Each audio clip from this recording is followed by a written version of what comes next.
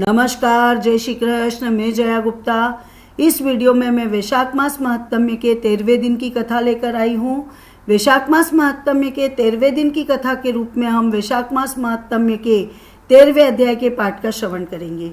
इसके पहले के प्रथम 12 दिन की कथा के वीडियोस मैंने मेरे चैनल पर बना रखे हैं, जिन्हें आप मेरे चैनल पर जाकर देख सकते हैं, कथा को श्रवण कर सकते हैं। साथ ही मैं इस वीडियो के डिस्क्रिप्शन में भी उनके लिंक दे दूंगी, जहां से आप सभी वीडियोस को देख सकेंगे और कथा को श्रवण कर सकेंगे। आइए अब देखते हैं वैशाख मास महात्म्य के 13वें दिन की कथा के रूप में वैशाख मास महात्म्य के 13वें अध्याय का पाठ। वैशाख मास को माधव मास भी कहा जाता है, क्योंकि यह भगवान श्री हरि विष्णु का अति प्रिय मास है। इसलिए इस मास का महात्म्य भी ऋषि मुनियों द्वारा लिखा गया है। वैशाख मास महात्म्य को 25 भागों में बांटा गया है, अर्थात वैशाख मास महात्म्य के 25 अध्याय हैं। मैं प्रतिदिन आपको वैशाख मास महात्म्य के एक अध्याय का पाठ सुना रही हूँ।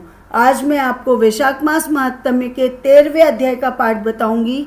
मैं आपको वैशाख मास महात्म्य के 13वें अध्याय का पाठ बताऊं, उसके पहले मैं आपको भगवान श्री हरि विष्णु का एक और बहुत आसान सा मंत्र बता रही हूँ, जिसका जप करने से आप भगवान श्री हरि विष्णु को प्रसन्न करते हैं। तो आइए देखें भगवान श्री हरि विष्णु का एक आसान सा मंत्र। ओम विष्णवे नमः। प्रतिदिन प्रातः जल्दी उठकर स्नान आदि करके भगवान श्री हरि विष्णु की पूजा करके इस मंत्र का जप करना चाहिए। वैसे तो इस मंत्र का जप प्रतिदिन कर सकते हैं, परंतु गुरुवार के दिन विशेष तौर पर इस मंत्र का जप अवश्य करना चाहिए, क्योंकि गुरुवार का दिन भगवान विष्णु का विशेष दिन होता है। इस दिन आप इस मंत्र के अलावा मैं एक और मंत्र आपको बता रही हूँ, उसका भी जप कर सकते हैं। वो मंत्र है ओम हुम विष्णवे नमः। यह मंत्र भी बहुत शुभ फलदायक है। गुरुवार का दिन भगवान विष्णु को समर्पित है। इस दिन व्रत करने से लोगों के जीवन की सारी प्रॉब्लम्स दूर हो जाती, सारी समस्याएं मिट जाती है, और साथ ही घर में कभी भी धन की कमी नहीं रहती है।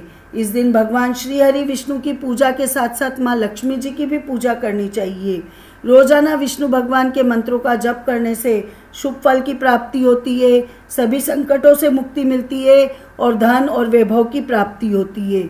आइए अब देखें वैशाख मास महात्म्य का 13वां अध्याय। इसके पहले 12वें अध्याय में यम बोले, मेरा लोप हो गया, मैं मरने से भी अपने पद के खंडन को अधिक मानता हूँ।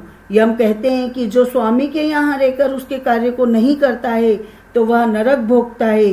कौवे, बिल्ली और चूहे की योनि कई 100 वर्षों तक प्राप्त करता है। अतः मैं आपकी आज्ञा अनुसार प्रजा के धर्मों और कर्मानुसार पुण्य और पाप पर विचार करके उन्हें यातना देता था, परंतु अब सब प्रजा विष्णु लोक को जाने लग गई। यम लोक शून्य हो गया है।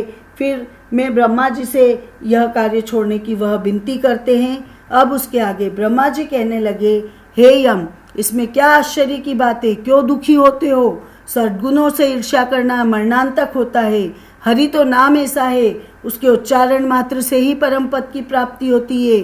फिर ऐसे राजा के शासन से विष्णु लोक क्यों न जाए? जिनकी जिह्वा पर हरि यानी ये 2 अक्षर विराजमान हैं और जो विष्णु भगवान को प्रणाम करते हैं, स्मरण करते हैं, उनका गुणानुवाद गान करते हैं, उनको अश्वमेघ यज्ञों के समान फल प्राप्त होता है। संपूर्ण पाप दूर हो जाते हैं। भगवान के प्रसन्न होने से विष्णु लोक प्राप्त होकर वे सायुज्यता को प्राप्त करते हैं। यज्ञ करने वाले, कुरुक्षेत्र या सरस्वती में स्नान करने वालों को तो फिर से जन्म लेना पड़ता है, परंतु वैशाख मास में जो माधव भगवान के धर्मों का पालन करते हैं, उन पर भगवान श्री हरि विष्णु प्रसन्न होकर सदा उनकी सहायता करते हैं। हे सोरे, उस राजा का प्रभाव मेरे वश में नहीं है, क्योंकि वसुदेव भगवान के भक्तों का अशुभ कहीं नहीं होता है। उनको जन्म, मृत्यु, जरा, व्याधि आदि भय नहीं व्यापते। स्वामी के नियुक्त कार्य करने पर देहधारियों को कुछ अपराध नहीं होता। हे यम, जब तू इस कार्य को करने में असमर्थ है तो तेरा क्या दोष? तू शोक मत कर। ब्रह्मा जी के ऐसा कहने पर यम बहुत ही दुखी हो दीन वाणी से कहने लगे, हे तात, अब मुझे अपने काम पर जाने की इच्छा नहीं है। इस महावीर्यवान राजा को जब मैं अपने धर्म से चलायमान कर दूंगा तब कृत्य होऊंगा। हे कृपालु, आप मेरे इस कार्य को सिद्ध करा दीजिए, तब मैं फिर शासन करूंगा। यह बात सुन के ब्रह्मा जी यम से कहने लगे कि विष्णु, धर्मपरायण राजा का निग्रह तू नहीं कर सकता। फिर ब्रह्मा जी यम को साथ ले क्षीर सागर में विष्णु भगवान के पास गए और सांख्य योग द्वारा भगवान श्री हरि विष्णु की स्तुति करने लगे। तब भगवान श्री हरि विष्णु प्रकट हुए और यम और ब्रह्मा जी ने उन्हें प्रणाम किया। उसके पश्चात विष्णु भगवान ने उनसे उनके आने का कारण पूछा तो ब्रह्मा जी बोले, हे श्रेष्ठ, आपके दास राजा के शासन में सब मनुष्य वैशाख धर्मों को करके विष्णु पद को प्राप्त करते चले जा रहे हैं। इसी कारण यमपुरी शून्य हो गई है। इससे अत्यंत दुखी होकर यह यम राजा से युद्ध करने के लिए गया, उसको मारने के लिए दंड उठाया। तब आपके सुदर्शन चक्र ने इसे परास्त कर दिया तो यह दुखी हो मेरे पास आया। हम आपके महात्मा भक्तों को दंड देने की सामर्थ्य नहीं रखते हैं, अतएव हे महाविभो, हम आपकी शरण में आए हैं।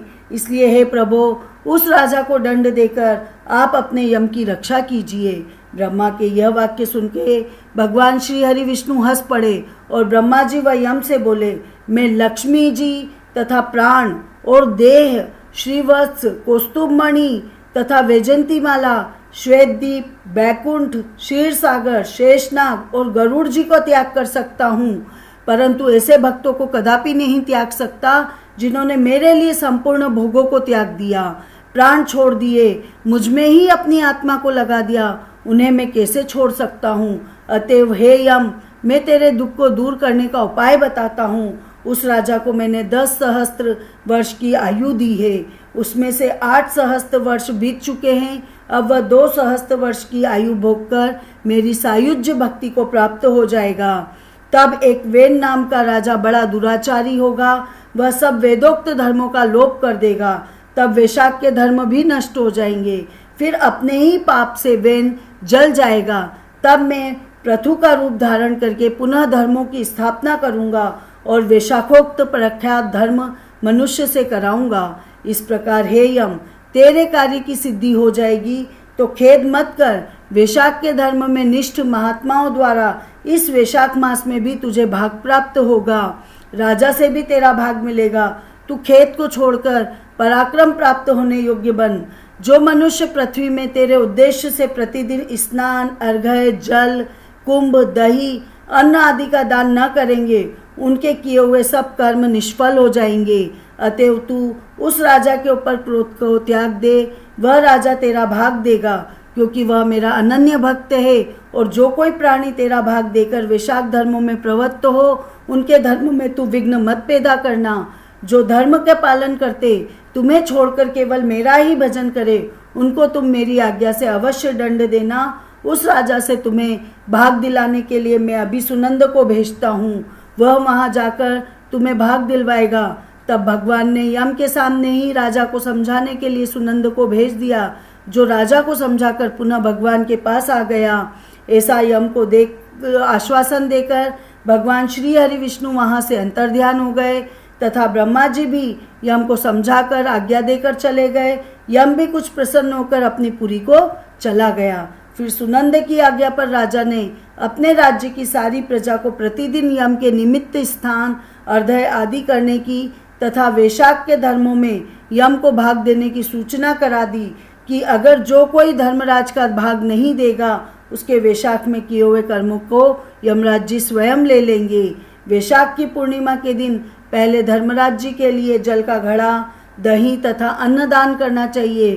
फिर पित्तेश्वरों के निमित्त, फिर गुरु के निमित्त और सबसे पीछे अर्थात सबसे बाद में जनार्दन मधुसूदन भगवान के निमित्त उनकी प्रतिमा बनवाकर धर्म को चलाने वाले गरीब ब्राह्मणों को शीतल जल, दही, अन्न, तांबुल, दक्षिणा और फल कांसे के बर्तन में रख के अर्पण करने चाहिए। और राजा स्वयं भी ऐसा ही करने लगा। उसके पश्चात राजा अपनी पूरी आयु पूरी करके यथेष्ट भोग पुत्र पुत्रादि समेत वैकुंठ को चला गया। फिर वेन नाम का एक महानीच राजा हुआ। उसने सब धर्म तथा वैशाख धर्मों का लोप कर दिया, अतः सब प्राणी धर्मों को करना भूल गए। इसी कारण वैशाखोक्त धर्म बहुत प्रसिद्ध नहीं रहा। विष्णु भगवान के कोई विरले भक्त ही इन धर्मों को जानते हैं। इति श्री वैशाख मास महात्म्य 13 अध्याय संपूर्ण। आपको मेरा ये वीडियो अच्छा लगा हो तो इसे लाइक कीजिए, शेयर कीजिए। अभी तक यदि आपने मेरे चैनल को सब्सक्राइब नहीं किया तो कृपया मेरे चैनल को सब्सक्राइब कीजिए, बेल आइकन को हिट कीजिए ताकि मेरे नए वीडियोस के नोटिफिकेशन आपको तुरंत प्राप्त हो। हिंदू धर्म, संस्कृति, तीज त्योहार, व्रत कथा, रीति रिवाज इत्यादि जानने के लिए मेरे साथ बने रहिए। जय श्री कृष्ण।